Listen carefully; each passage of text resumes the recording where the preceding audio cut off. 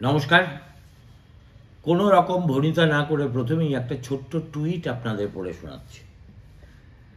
The military and industrial complex seems to want to make sure they get World War III going before my father has a chance to create peace and save lives.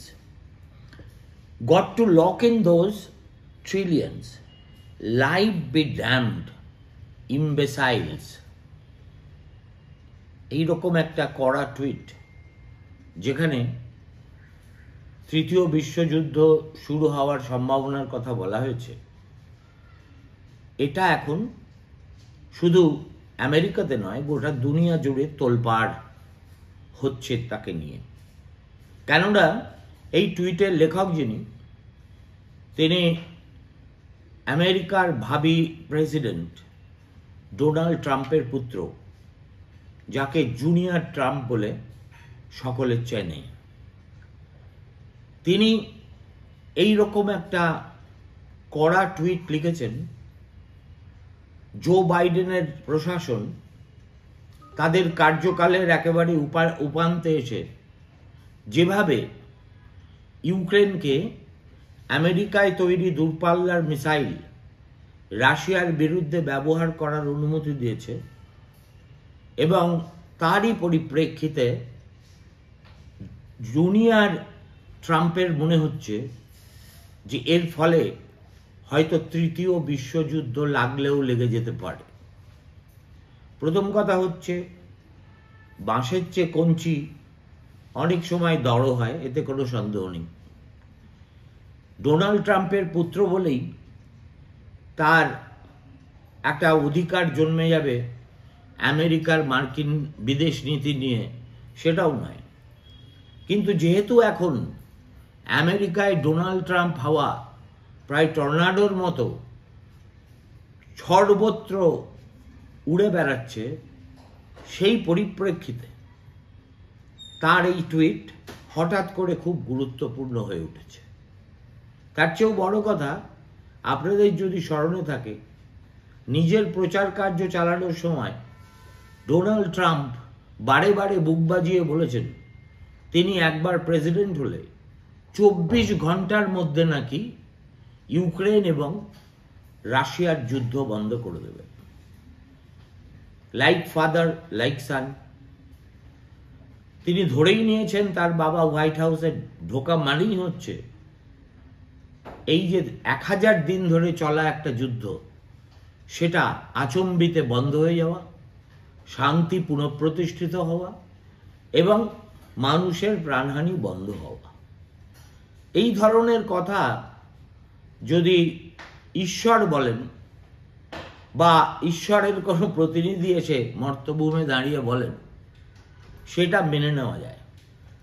কিন্তু এই ধরনের বৌভারম্ভ, যেটা ট্রাম্পের একেবারে আগমার্কা USP, সেটা যে তার পুত্রের মধ্যেও সঞ্চারিত হয়েছে এই টুইট থেকে, সেটা মোটামুটি পরিষ্কার।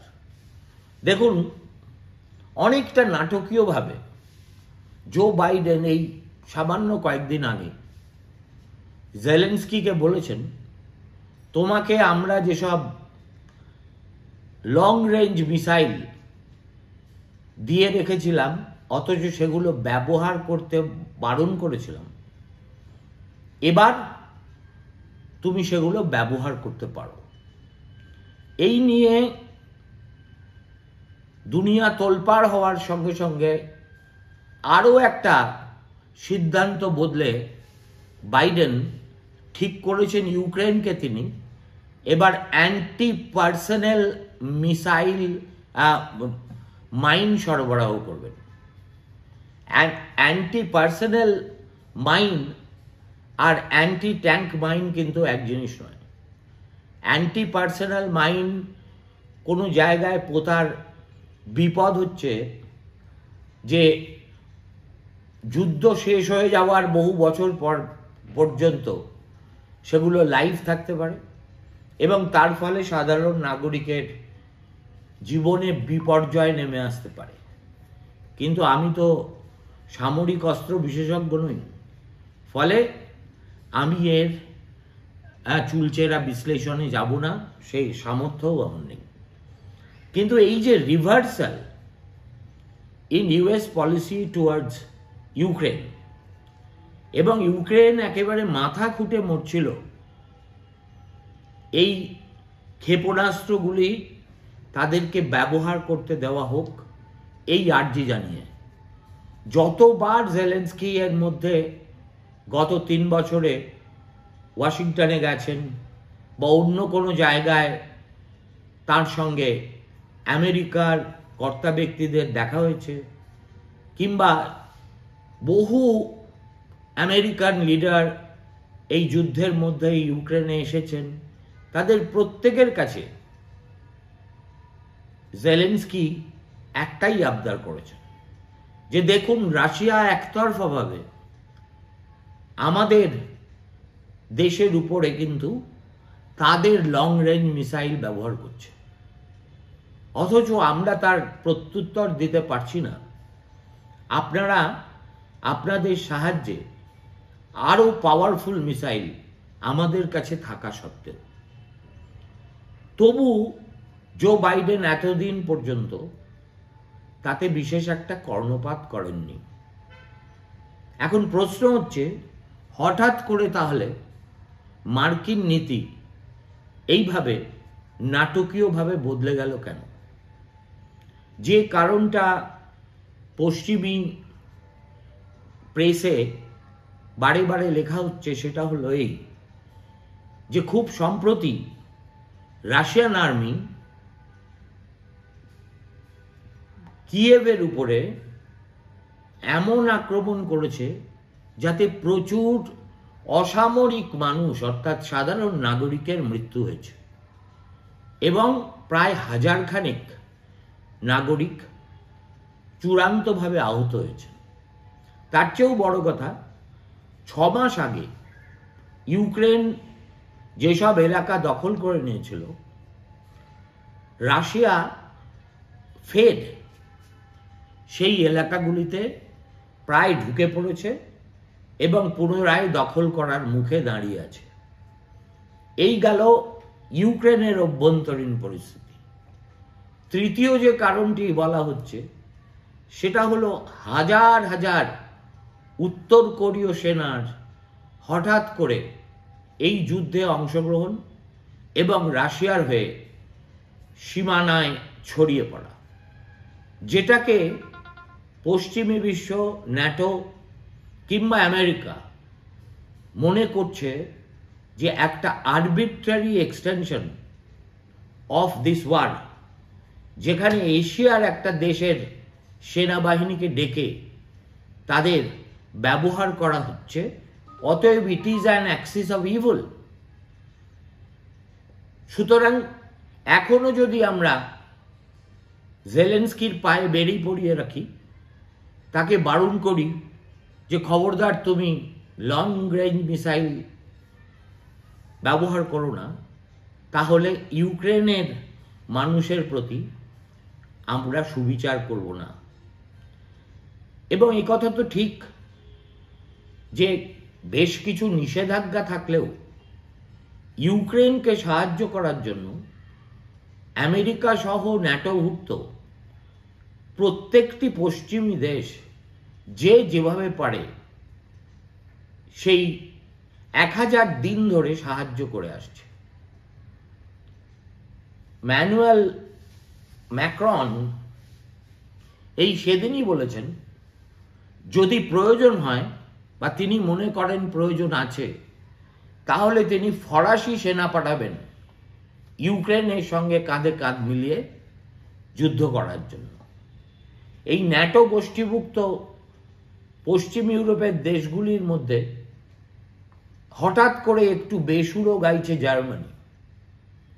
জার্মানির চ্যান্সেলর শোলস, যিনি নিজে তাদের বুন্ডেসটাগে মেজরিটি হারিয়েছেন, তিনি সম্প্রতি পুতিনের সঙ্গে দেখা করেছেন এবং ইউক্রেনের যুদ্ধে অনেক বেশি সংযত হয়ে রাশিয়ার মোকাবিলা করা উচিত, এই ধরনের একটা বাণী শুনিয়েছেন। আদারওয়াইজ পশ্চিম ইউরোপের যেসব দেশ রাশিয়ার একেবারে প্রতিবেশী, ঘনিষ্ঠ প্রতিবেশী, তারাও কিন্তু এই যুদ্ধে একেবারে ইউক্রেনের সঙ্গে আছে। যেমন ইউক্রেনের বিরুদ্ধে রাশিয়ার সঙ্গে প্রত্যক্ষ এবং পরোক্ষভাবে জড়িয়ে পড়েছে উত্তর কোরিয়া এবং ইরান। ইরানের পাঠানো বহু অস্ত্র রাশিয়ান আর্মি ব্যবহার করছে। বহু ইরানি ক্ষেপণাস্ত্র এখন রুশিদের অস্ত্রাগারে রয়েছে। আর তার পাশাপাশি উত্তর কোরিয়ানদের উপস্থিতি এমন একটা পরিস্থিতির সৃষ্টি করেছে যে ইতিমধ্যেই একটা বাইল্যাটারাল ওয়ার মাল্টিল্যাটারাল চেহারা কিছুটা হলেও নিয়ে ফেলেছে, যেটা বাইডেন প্রশাসন মনে করছেন যে এখনই যদি পুতিনের এই বিজয় রথ আটকানো না যায়, তাহলে হয়তো অচিরেই ইউক্রেনের পতন হবে এবং তার ফল ভুগতে হবে শুধু ইউক্রেনকে নয়, গোটা পশ্চিমী দুনিয়াকেই।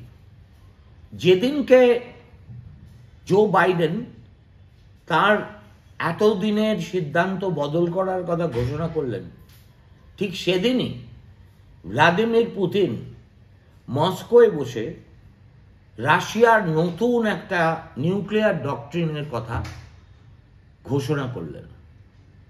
সেই ডক্ট্রিনে যে উল্লেখযোগ্য রদবদলটি করা হয়েছে তা হলো, এতদিন পর্যন্ত রাশিয়ার নিউক্লিয়ার ডক্ট্রিনে বলা ছিল যে কোনো পরমাণু শক্তিধারী দেশ যদি তাদেরকে আক্রমণ করে তাহলে তারা প্রত্যাঘাত করবে পরমাণু অস্ত্র দিয়ে। কিন্তু এক্ষেত্রে তারা এখন বলছে যে এমনকি নন নিউক্লিয়ার কোনো পাওয়ার যদি তাদেরকে আক্রমণ করে এবং তাদের পিছনে যদি কোনো বড় পারমাণবিক শক্তির সমর্থন থাকে, তাহলে তারাও কিন্তু একই বন্ধনীতে এসে যাবে। সেক্ষেত্রে তাদের উপরে আক্রমণ চালাতেও রাশিয়ার আর কোনো বাধা থাকবে না। ইউক্রেনকে যারা সমর্থন করছে তাদের মধ্যে অন্তত 3টে মেজর নিউক্লিয়ার পাওয়ার আছে। আমেরিকা তো আছেই, আছে গ্রেট ব্রিটেন, আছে ফ্রান্স, এবং এরা সবাই প্রত্যক্ষ এবং পরোক্ষভাবে ইউক্রেনকে এই যুদ্ধে সাহায্য করছে।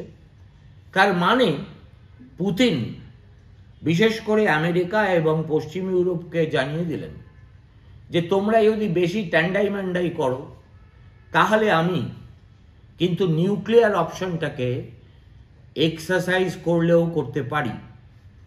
অতএব সেই সম্ভাবনাটাকে তোমরা ছোট করে দেখো না।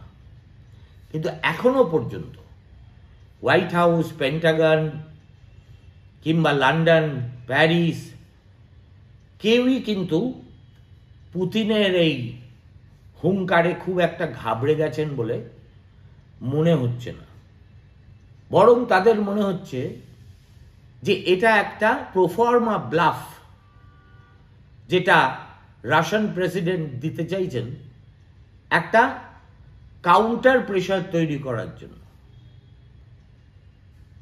এই যে তত্ত্বটা, এই তত্ত্বটাকে একেবারে উড়িয়ে দেওয়া যাচ্ছে না এই কারণে যে প্রভোকেশন যাই থাকুক, আজকের পৃথিবীতে কোনো পারমাণবিক শক্তিধারী দেশ যদি যে দেশের কাছে পরমাণু অস্ত্র নেই তাদের বিরুদ্ধে পরমাণু অস্ত্র প্রয়োগ করে, তাহলে তার ফলাফল যে কতটা ভয়ঙ্কর হবে সেটা না বোঝার মতো বোকা কিন্তু ভ্লাদিমির পুতিন নন। তাহলে তো যে কোনো পারমাণবিক শক্তিধর দেশ যে কোনো দেশের বিরুদ্ধে এই অস্ত্র প্রয়োগ করে সেই দেশকে ভূপৃষ্ঠ থেকে নিশ্চিহ্ন করে দিতে পারে। এবং এটা যদি একবার অ্যালাউড হয় তাহলে তৃতীয় বিশ্বযুদ্ধ তো হবেই, এবং সেই তৃতীয় বিশ্বযুদ্ধের চেহারা প্রথম এবং দ্বিতীয় বিশ্বযুদ্ধের চাইতে আরো অনেক বেশি মর্মান্তিক, অনেক বেশি রক্তক্ষয়ী, অনেক বেশি ধ্বংসাত্মক হবে, এতে কোনো সন্দেহ নেই। এবার প্রশ্ন হচ্ছে যে ইউক্রেন তো বসে থাকার দেশ নয়, তারা ইতিমধ্যেই পাঁচটি দূরপাল্লার আমেরিকান ক্ষেপণাস্ত্র তারা রাশিয়ার উদ্দেশ্যে ছুড়েছে এবং একটা সামরিক ঘাঁটিকে আঘাত করেছে। যদিও রাশিয়ার তরফ থেকে দাবি করা হচ্ছে যে ওই 5টি ক্ষেপণাস্ত্রের মধ্যে 4টেকে তারা আকাশেই নিষ্ক্রিয় করে দিয়েছে, আর 5মটি কিছুটা নিষ্ক্রিয় হয়ে মাটিতে পড়ে ওই এলাকায় আগুন ধরিয়ে দিয়েছে। কোনো মানুষের মৃত্যু হয়নি, তেমন একটা বড় ক্ষয়ক্ষতিও হয়নি। দেখুন, আপনারাও জানেন, আমিও জানি যে the biggest casualty in war is truth. অর্থাৎ সত্য কথা কে বলছে, ইউক্রেন না রাশিয়া? তা আরও দিন না গেলে, স্যাটেলাইট ছবি বাজারে না এলে আমাদের পক্ষে বোঝা সম্ভব নয়। সুতরাং এই দাবি এবং পাল্টা দাবির মাঝখানে গতকাল বাইডেন অ্যাডমিনিস্ট্রেশন যেটা বললাম, দ্বিতীয় একটি গুরুত্বপূর্ণ সিদ্ধান্ত নিয়েছে। অ্যান্টি পার্সোনাল মাইন্স এবার ইউক্রেনকে সরবরাহ করার সিদ্ধান্ত নিয়ে, এবং ওই যে দূরপাল্লার আমেরিকান ক্ষেপণাস্ত্র প্রয়োগের ব্যাপারে হোয়াইট হাউসের পক্ষ থেকে সেভাবে কিন্তু একটা বজ্র ঘোষণা করে কিছু বলা হয়নি। এক্ষেত্রে স্বয়ং যিনি ডিফেন্স সেক্রেটারি তিনি কিন্তু পরিষ্কার এটা স্বীকার করেছেন। তার নাম লয়েড অস্টিন। তিনি বলেছেন, হ্যাঁ, আমরা এই মর্মে সিদ্ধান্ত নিয়েছি। এখন প্রশ্ন হচ্ছে, এইগুলোর ইউক্রেনের প্রয়োজন কেন? কিভ অর্থাৎ ইউক্রেনের রাজধানীর নাম, ইউক্রেন দীর্ঘদিন ধরে আমেরিকার উপর চাপ সৃষ্টি করছিল এই ধরনের মাইন তাদের পাঠানোর জন্য। কেননা এই মাইনগুলোর কার্যকারিতা হচ্ছে, যেসব ফ্রন্টে রাশিয়ান ফৌজ অনেকখানি ঢুকে এসেছে তাদের অগ্রগতি প্রতিহত করার জন্য এই মাইনের কার্যকারিতা সাংঘাতিক। অর্থাৎ ইউক্রেন এই অ্যান্টি পার্সোনাল মাইন বিছিয়ে দিয়েছে এ খবর জানার পরে যে রুশ বাহিনী এতদিন প্রায় মাভই বলে এগিয়ে যাচ্ছিল, তারা এবার কিঞ্চিত দ্বিধাগ্রস্ত হতে বাধ্য এবং আগ্রাসন অবশ্যই কমতে বাধ্য। সুতরাং এই যে যুদ্ধ, 1000 দিনের যুদ্ধে ইউক্রেন তো হেন শহর নেই যেখানে ধ্বংসলীলা হয়নি। কত হাজার মানুষের মৃত্যু হয়েছে, তার মধ্যে কতজন সামরিক বাহিনীর, কতজন এমনি নাগরিক, এই যে হিসাব কিতাব সেগুলোও আমাদের কাছে পরিষ্কার নয়। কিন্তু একই সঙ্গে এটাও ঠিক, এই 1000 দিনের যুদ্ধে রাশিয়ারও কিন্তু ক্ষয়ক্ষতি কম হয়নি। তা যদি না হতো তাহলে হঠাৎ কোরিয়াকে বলতে হতো না যে ভাই সব তোমরাও তোমাদের সেনাবাহিনী পাঠাও আমাদের সাহায্য করার জন্য, কিংবা ইরানকে বলতে হতো না তোমরা ক্ষেপণাস্ত্র পাঠাও, ইউক্রেনের বিরুদ্ধে আমরা ব্যবহার করব। তার মানে এই যে পুতিন ইউক্রেনের যুদ্ধ সম্পর্কে একটা খুব ব্রেভ ফেস নিয়ে আন্তর্জাতিক মঞ্চে হাজির হওয়ার চেষ্টা করছেন, তার পিছনে যে একটা কম্পমান অস্তিত্ব আছে সেটা কিন্তু সবাই টের পাচ্ছে। আমেরিকার এই দুটি বিশেষ ধরনের অস্ত্র ব্যবহারের সম্মতি ইউক্রেন রাশিয়ার যুদ্ধে একটা নতুন মাত্রা অবশ্যই যোগ করতে চলেছে। যদিও তার অর্থ এই নয় যে পৃথিবীতে আর একটা তৃতীয় বিশ্বযুদ্ধ লাগবে। জুনিয়র ট্রাম্প বুঝিয়ে দিয়েছেন যে তিনি তার বাপের মতোই যা মুখে আসে সেটা বলতে দ্বিধা করেন না, কিন্তু জগতের নিয়ন্তা তিনি তো নন। তার বাবা হোয়াইট হাউসে ঢুকলে তিনিও হবেন না। সুতরাং তৃতীয় বিশ্বযুদ্ধ নিয়ে আমরা কিছুটা রসিকতা এখন করতেই পারি। নমস্কার, ভালো থাকবেন।